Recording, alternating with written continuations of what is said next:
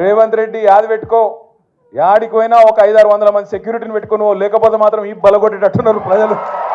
ఎక్కడికి పోయినా మాట్లాడతారు, అక్కడక్కడ డైలాగులు కొడుతుంటారు. రేవంత్ రెడ్డి కేసీఆర్ దమ్ముందా అంటాడు, కేసీఆర్ అంటాడు. నేను అంటున్నా కేసీఆర్ కావాలంటే నాకు మన సోషల్ మీడియాలో పోస్టులు పెట్టే పిల్లగానే తట్టుకోలేకపోతుండే ఈయనకడ కేసీఆర్ కావాలన్నాడు. అవసరమా? ఈ చిట్టినాయుడు గింత మనిషి వీడు, వాడు మళ్ళీ చిట్టెలుక గాయన కంటే కేసీఆర్ కావాలన్నాడు. అందుకే మేము చెప్పినాం మొన్న, అంత లేదు నీకు చేతనైతే అక్క అడిగింది. ఇలా పొద్దున జగదీష్ అన్న కూడా చెప్పిండు. ఏం చెప్పిండు? ఇప్పుడు అసెంబ్లీ నడుస్తుంది కదా, రేవంత్ రెడ్డి గారు నాకు ఈ భాష ఇష్టం ఉండదు నిజంగా చెప్పానంటే, కానీ తప్పదు అప్పుడప్పుడు. నాకు నిజంగా అప్పుడప్పుడు నాకు ఇష్టం ఉండదు. నేను చదువుకున్నా రేవంత్ రెడ్డి లెక్క నేను ఆడ ఆవారా తిరిగినోని కాదు.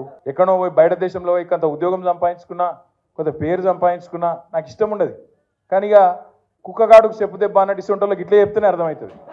అందుకే చెప్తున్నా, రేవంత్ రెడ్డికి అడుగుతా ఉన్నా నేను, నువ్వు నిజంగానే మగాడివి అయితే అసెంబ్లీ నడుస్తుంది కదా, 15-20 రోజులు పెట్టు. మొదలు 10-15 రోజులు మొత్తం రాష్ట్రంలో ఉన్న ప్రజల సమస్యలు మాట్లాడదాం, లగచర్ల మాట్లాడదాం, గురుకుల పాఠశాలలు మాట్లాడదాం, అక్కడ ఉన్న సమస్యలు మాట్లాడదాం, రాష్ట్రంలో నువ్వు చెప్పిన 6 గ్యారంటీలు మాట్లాడదాం, ఆటో డ్రైవర్లు ఎందుకు చచ్చిపోతున్నారో మాట్లాడదాం, చేనేత కార్మికులు ఎందుకు చచ్చిపోతున్నారో మాట్లాడదాం, బోనస్ ఎందుకు ఇస్తలేవో మాట్లాడదాం, మిగతా అన్ని విషయాలు మాట్లాడదాం. నీకు ఇష్టం ఉన్నంత కాలం రాష్ట్రం అప్పుల పాలైందని తప్పుడు ప్రచారం చేస్తున్నావు కదా, అది కూడా మాట్లాడదాం. నువ్వు నిజంగానే మొగాడు అయితే 10 రోజులు ఇదంతా ఒడిచిపోయినాక మిగిలిన 4-5 రోజులు ఉన్నాయి కదా, స్కామ్ అంటున్నావు కదా, మొగోనివైతే అసెంబ్లీలో చర్చ పెట్టు, అక్కడనే సమాధానం చెప్తా నీకు, అసెంబ్లీలోనే చెప్తా ఉన్నా.